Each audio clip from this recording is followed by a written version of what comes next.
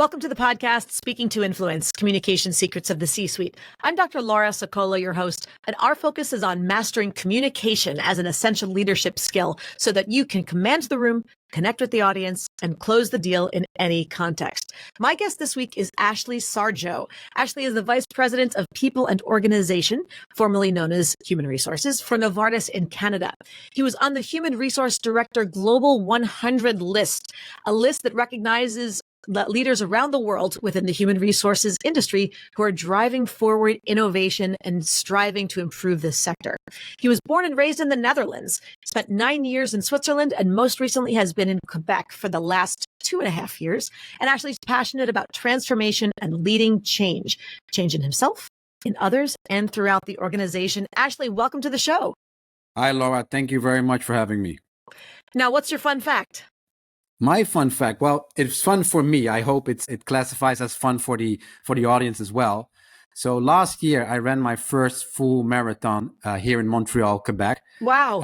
It was an amazing experience. It was a long time dream, but after breaking my leg playing soccer during college, the doctors discouraged me to run for that long, especially because I still have a rot in my tibia.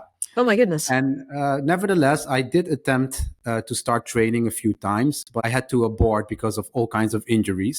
And I think the interesting thing is that this time I started training not so much for the physical challenge, but actually for the mental challenge. Yeah. I was curious to experience that feeling when your body shuts down and your mind tells you that you can actually not, set one more step. I was curious to meet the so-called man with the hammer.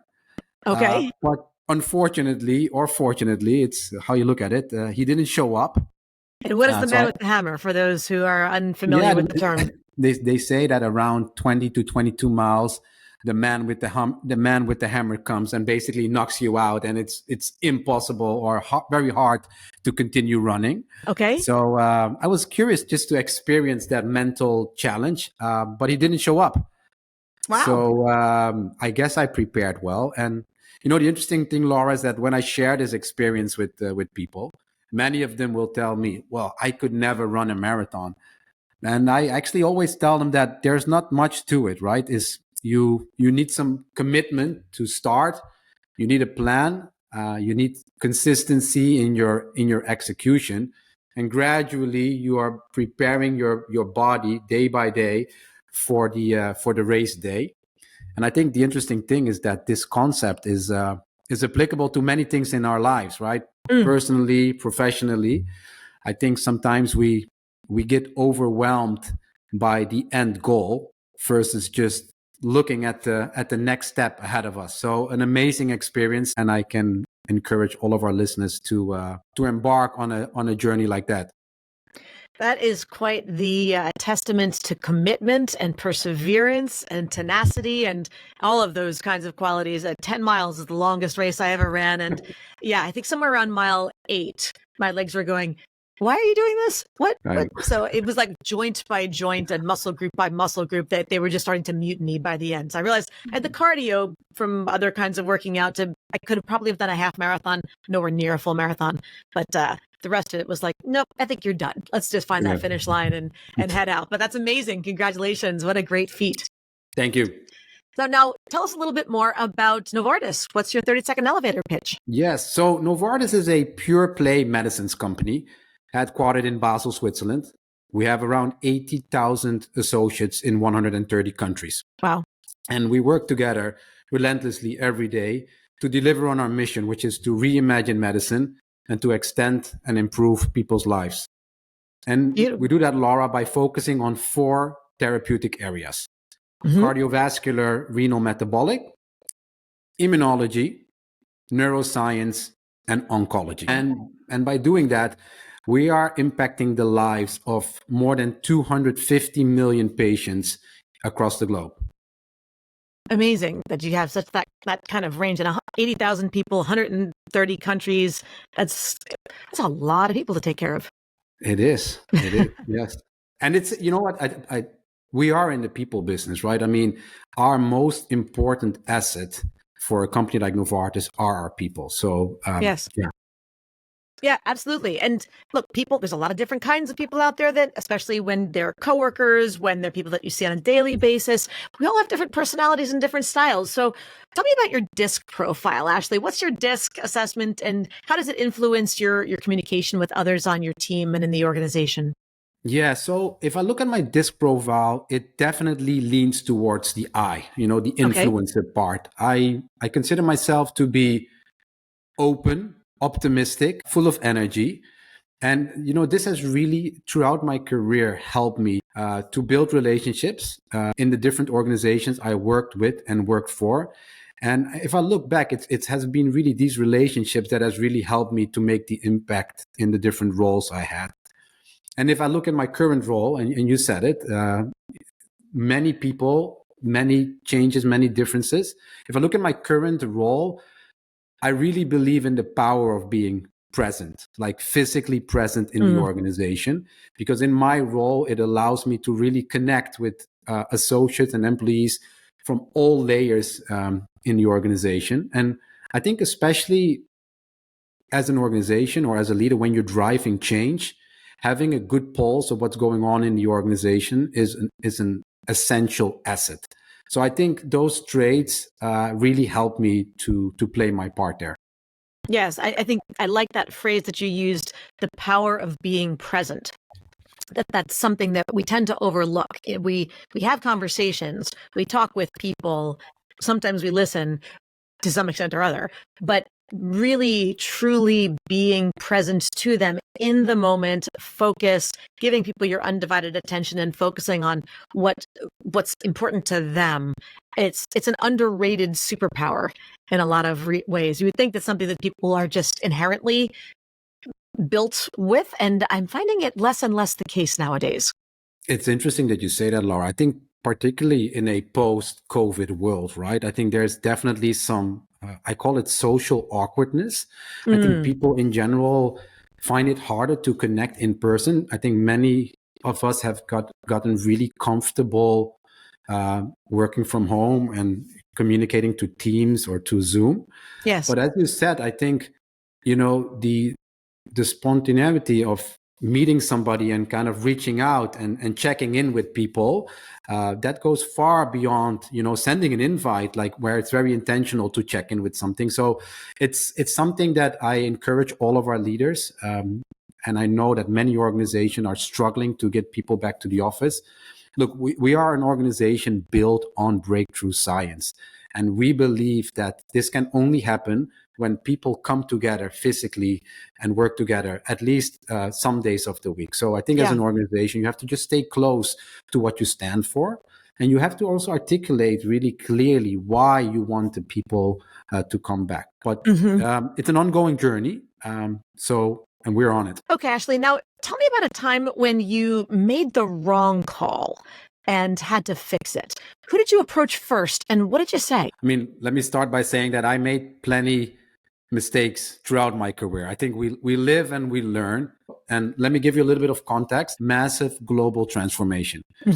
Probably the largest transformation in the history of the company. Wow.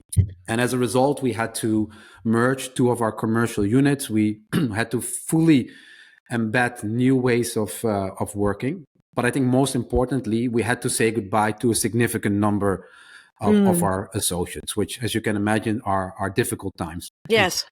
And like we do in those times, we prepared a very solid change management and communication plan.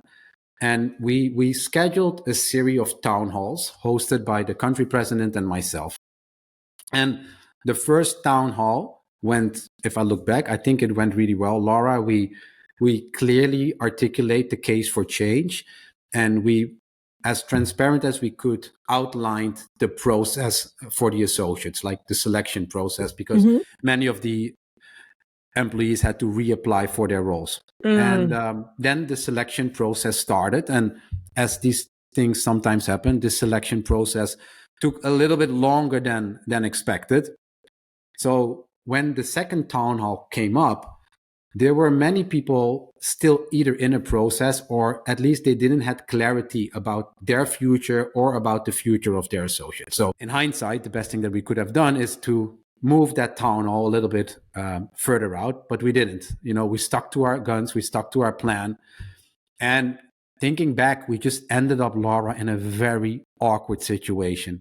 I was really trying hard to find that balance between empathy for those that were either leaving or colleagues that saw their colleagues leaving, but also to create some excitement about the future that we believe was coming because of this transformation. Yeah, But timings. I know, I can just say it didn't land. And Mm.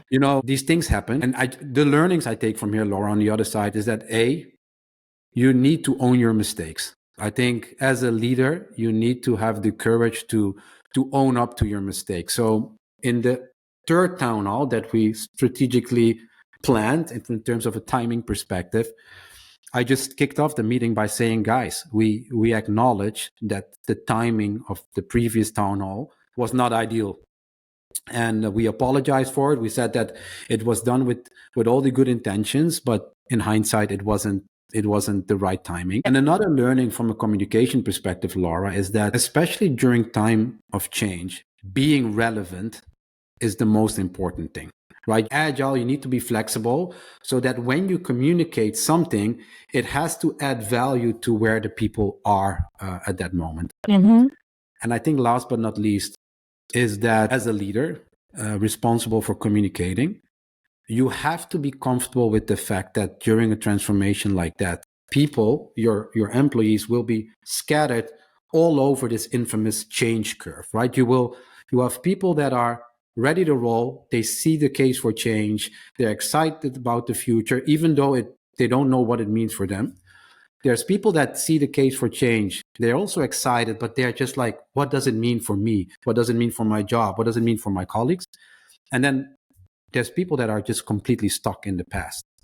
So communicating at scale, it's close to impossible, right? So you Sure. will not be able to reach every person. And I realized that I just had to get comfortable being uncomfortable when communicating. That is one of the biggest frustrations, I think, when dealing with the larger the group, the more challenging it is to be able to reach everyone, because especially for people like us who are people persons, so to speak, and we want to really strengthen those relationships and be able to have that personal touch with everybody, you can't when there's 130,000 people or 80,000, however many thousands of people.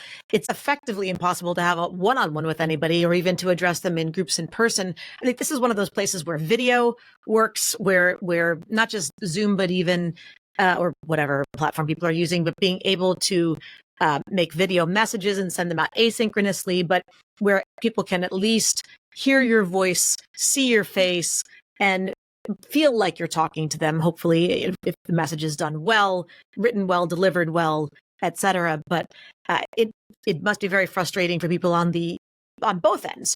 And we just don't have the means of doing it justice, especially when it's a message that nobody wants to hear in the first place. It's kind of how do we make this as unpainful, or as it's not going to be painless, but as possible, and do it with the empathy that you mentioned and help people through those transitions and with at least dignity and with future opportunity intact.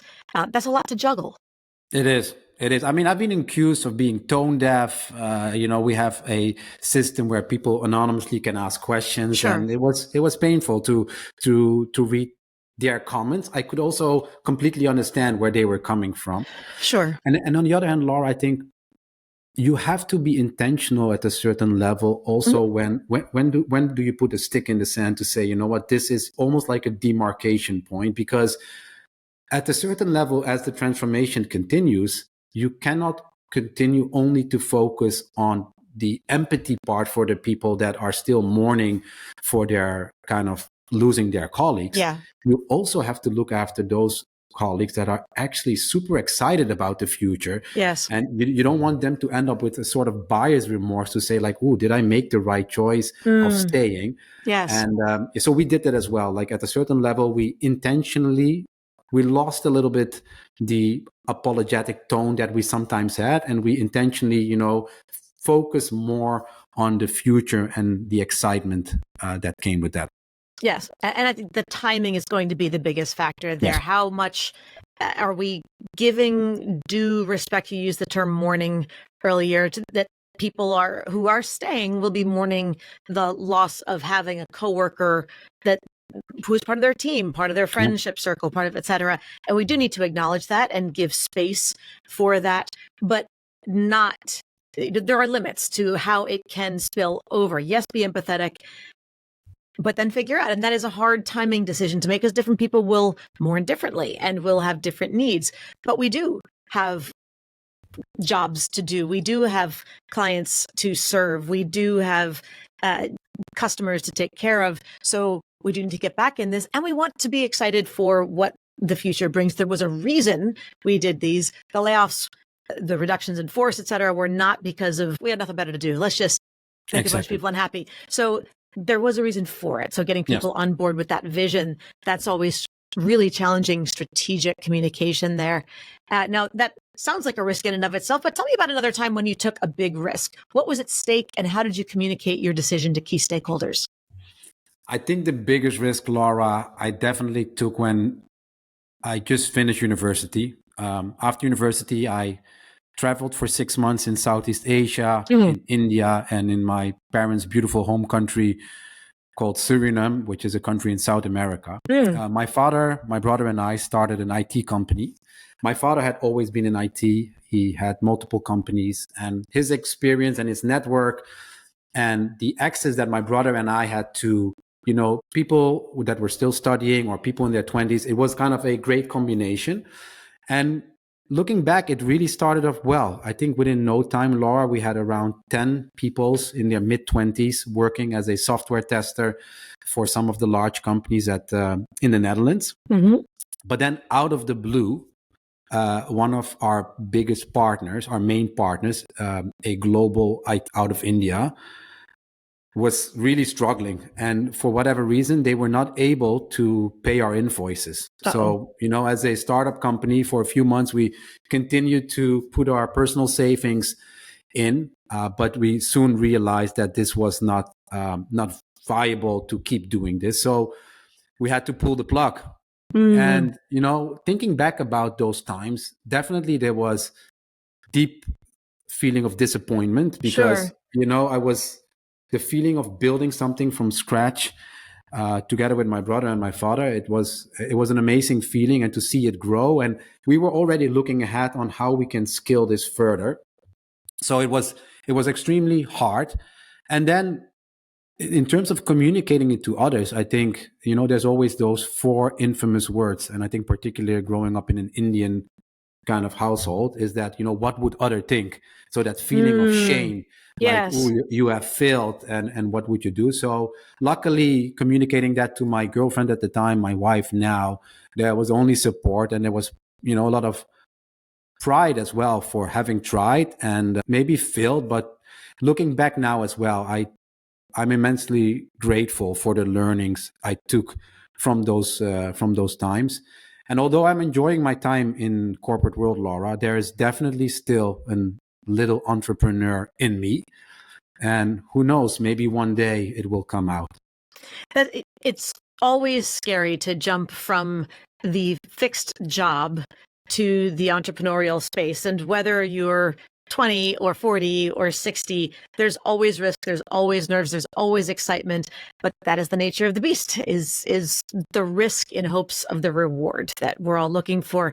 And it sounds like to be able to do that with your family, with your father, with your brother, was a little bit of a cushion, because at least you had the team ready to go. You were all in it together, blood, sweat, tears, and financial resources going in it. So that was, I'm sure, a big risk in the first place, to communicate that to family, to communicate that to your then girlfriend.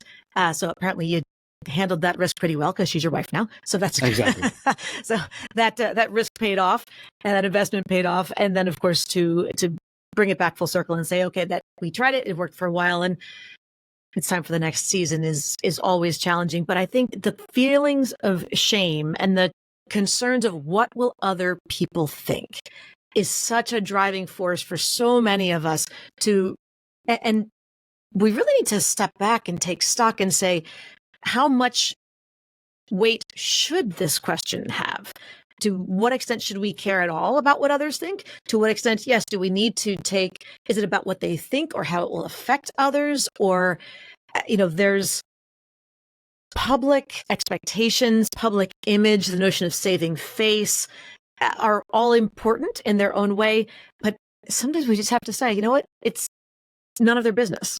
And I'm not going to let that influence me. This matters to me. It's okay if they think I'm crazy. It's okay if they judge or do whatever else, but I need to do this. I'm going to take theirs. And it's great that you had a team who were all in it together as well. So you survived the social whatever phase that you went through afterwards and to emerge as well. Was it, did you have some of those conversations with your father, with your brother, with others when you decided to close the doors? Many. And I think my father was a bit more experienced in that. He had successful companies and unsuccessful companies. And so I think from him, I also saw that, failing, yeah, it can be considered as failing, but he never spoke about failure. I always spoke about the lessons that he took. And, but still, it was my first time. So it definitely felt as a failure. But it also reminded me of the journey that he had and how it eventually had led to success.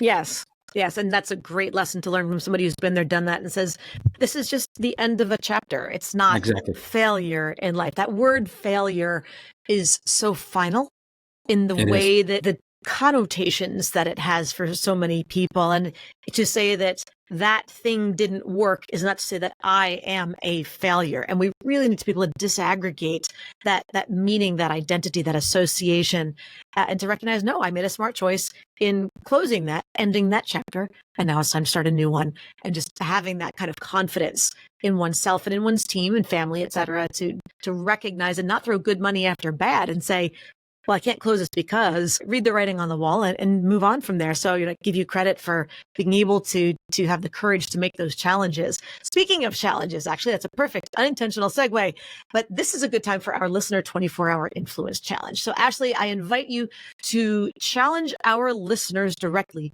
to take one step that they can complete within 24 hours to have more influence. How would you like to challenge our listeners today? I love this section, by the way, because it has helped me a great deal. There are other challenges. So recently I've been reading a lot about Stoicism and the element of self-discipline. And it has, the element of controlling your emotions, controlling your mind, controlling your thoughts. It has really helped me a great deal in the last 2 years to become a better father, to become a better husband.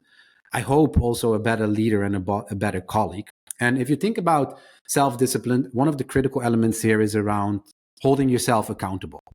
And holding yourself accountable, I personally felt it's easier said than done. Yeah. Because as human beings, we have this tendency to negotiate with ourselves.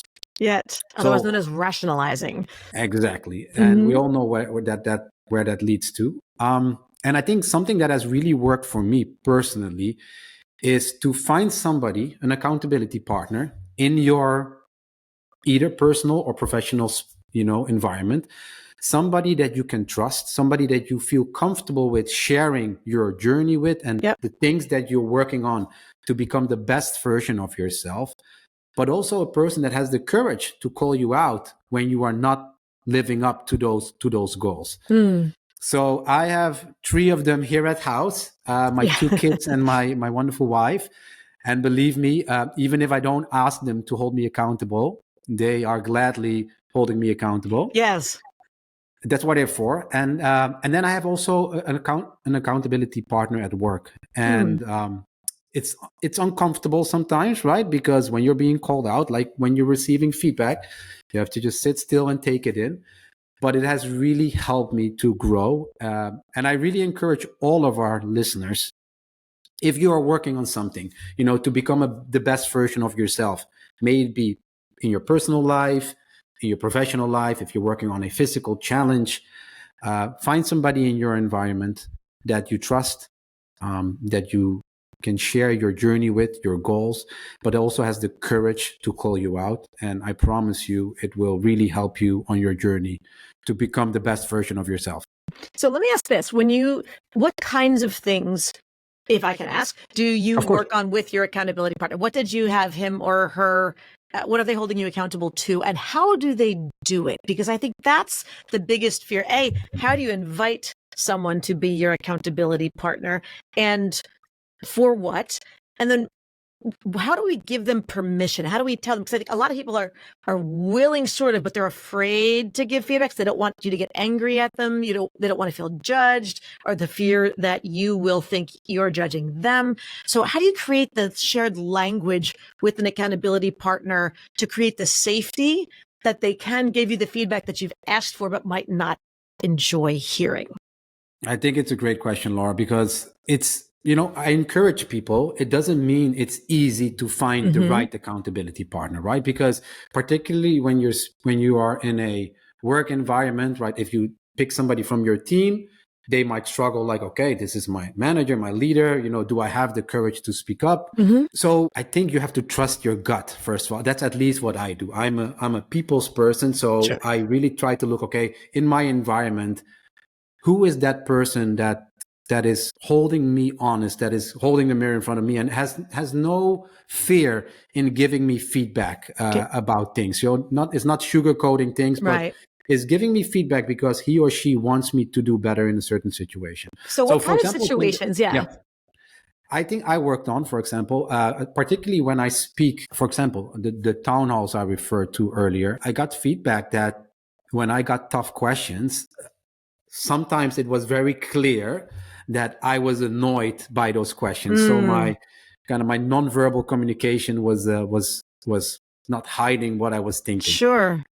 So I and got your that feedback. accountability partner told you that afterwards, or that was in the feedback sheets that you got, or how did you receive that feedback? Yeah, no, I got feedback from actually multiple people that shared that with me. And then I picked one of those to say, look, this is one of the things among a few other things that I'm really trying to work on as we progress. So I would like to invite you and I would like to ask you to support me on that journey and to look after me on when you see certain things or when you see me derail or when you see me jumping to conclusions instead of just, letting time do the heavy lifting. I want you to call me out on that. And it's interesting. Sometimes I knew exactly after a meeting when this person would come to me and give me the feedback. But the good thing is that there were also instances I didn't realize I was doing it. And I think that's where the real great value is. So I'm curious how you, did you just say to whoever your accountability partner is, if you see that I don't have a poker face and I'm making it non-verbally clear that I'm kind of annoyed by a question that I should be more gracious in fielding, just tell me afterwards? Can you, or is it, some people may need more of an explicit prompt, like, I don't know, tug your ear, or that's our signal, or just how did you prompt them to let you know? And what do they say to you? It's interesting with regards to the nonverbal communication one. The person was always in the audience looking at me, and she would say, smile, or like, so that was she that was point very to her helpful. Mouth and smile, like you need to smile more right now. Okay. Exactly. But then for other parts where it was more, certain behaviors in the meeting, or even sometimes, giving feedback to others in the moment, right? Which is another thing. Having tough conversation is part of my role, but there's a difference between having tough conversations that are planned.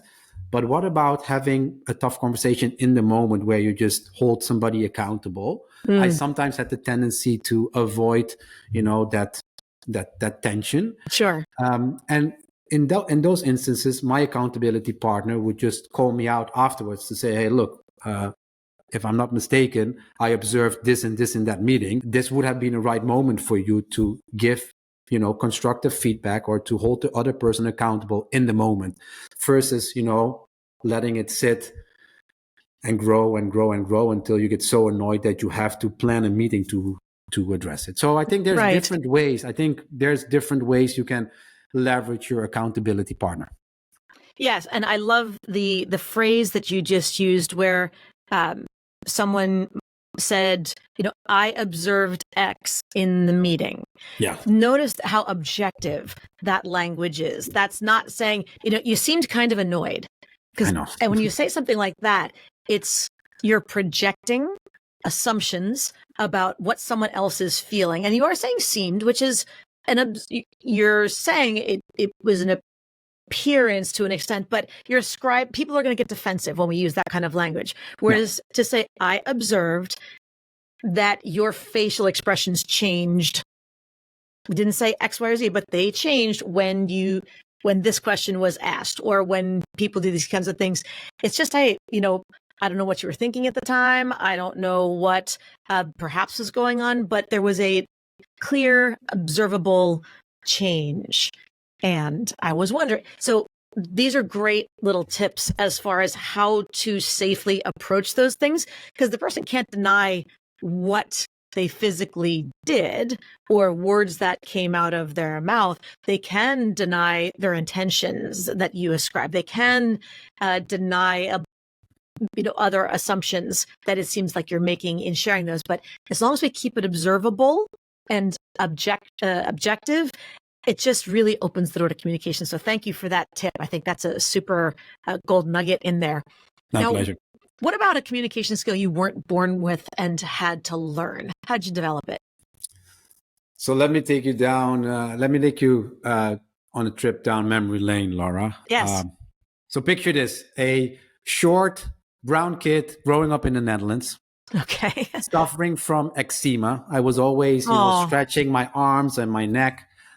I was also suffering from asthma. And as a result, I wasn't able to properly breathe through my nose, and I was always breathing through my mouth. I can tell you, Laura, articulating clearly as a kid was definitely not my strength. And I vividly remember my mom telling me a million times, Ashley, please slow down, because I literally cannot understand a word you're saying. Oh my goodness. The thing, Laura, on the other hand, I wasn't lacking was courage. So although I was always the shortest, I think I was also always the loudest. I was never afraid to speak to strangers. I was never afraid to speak in public, or even having a motivational speech to my basketball team growing up. But it wasn't until the first grade of high school that I really started to enjoy speaking in public. So I had to do a presentation for my Dutch class, and afterwards, my Dutch teacher walked up to me and she said, "Hey, I think you did a great job, and I really think that you are a natural." And between you and me, Laura, I'm not sure if she really felt that, or it was a way to boost my confidence, but it worked for me, because I think since then I've been enjoying speaking in public.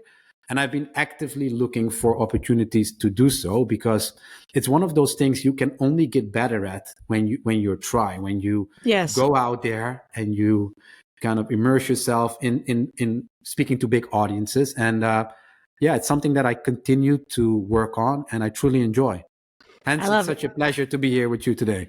Yes, it's been a lot of fun. And I love having these conversations. So I'm glad to have you joining us on this virtual stage. All right, 2 rapid fire quick questions to wrap us up today. Finish this sentence. I wish I was better at explaining to. I wish I was better explaining my job to my mother. And I'm sure she is super proud of what I'm doing, but I would love to be a fly on the wall when she is explaining my job to her friends or to other family members. I think that is a very universal situation, unless it's something that we can really just put a very traditional label on, like doctor or lawyer, and expect things, whether it's mom or dad or whoever else. But man, it's hard. I'm sure if my mother ever had to explain what I do, she'd just say, I don't know, she talks a lot. My mom would definitely say that as well. Yeah. So Laura gets paid to talk. I don't know why, but she clearly found something she was meant to do. And finally, tell me about a time when you had to laugh at yourself. Wow. I mean, first of all, Laura, I tend to take my job very, very serious, but I tend to take not myself very serious. Yes, important balance. Hence, I love to laugh at myself. Often at the workplace, humor is overlooked or it's discouraged. I personally think that humor is one of the most powerful communication tools out there, right? It's a great tool to create sense of belonging. Sure. It's disarming. And I think It's a great way for us to be vulnerable. Yes. And I'm sure this resonates with you, Laura, but having lived and worked in many countries, this by itself offers a great source of making a fool out of yourself. When I moved to Switzerland, I picked up my German and I made silly mistakes, and I got a lot of sympathy laughs from my colleagues at the time. And currently here in Montreal, Quebec, where I try to speak French with my colleagues or try to speak French at a town hall, working really hard not to butcher this beautiful language, I can tell you it's a great source for laughter. So I continue to laugh at myself because I think it's a great way to connect with people.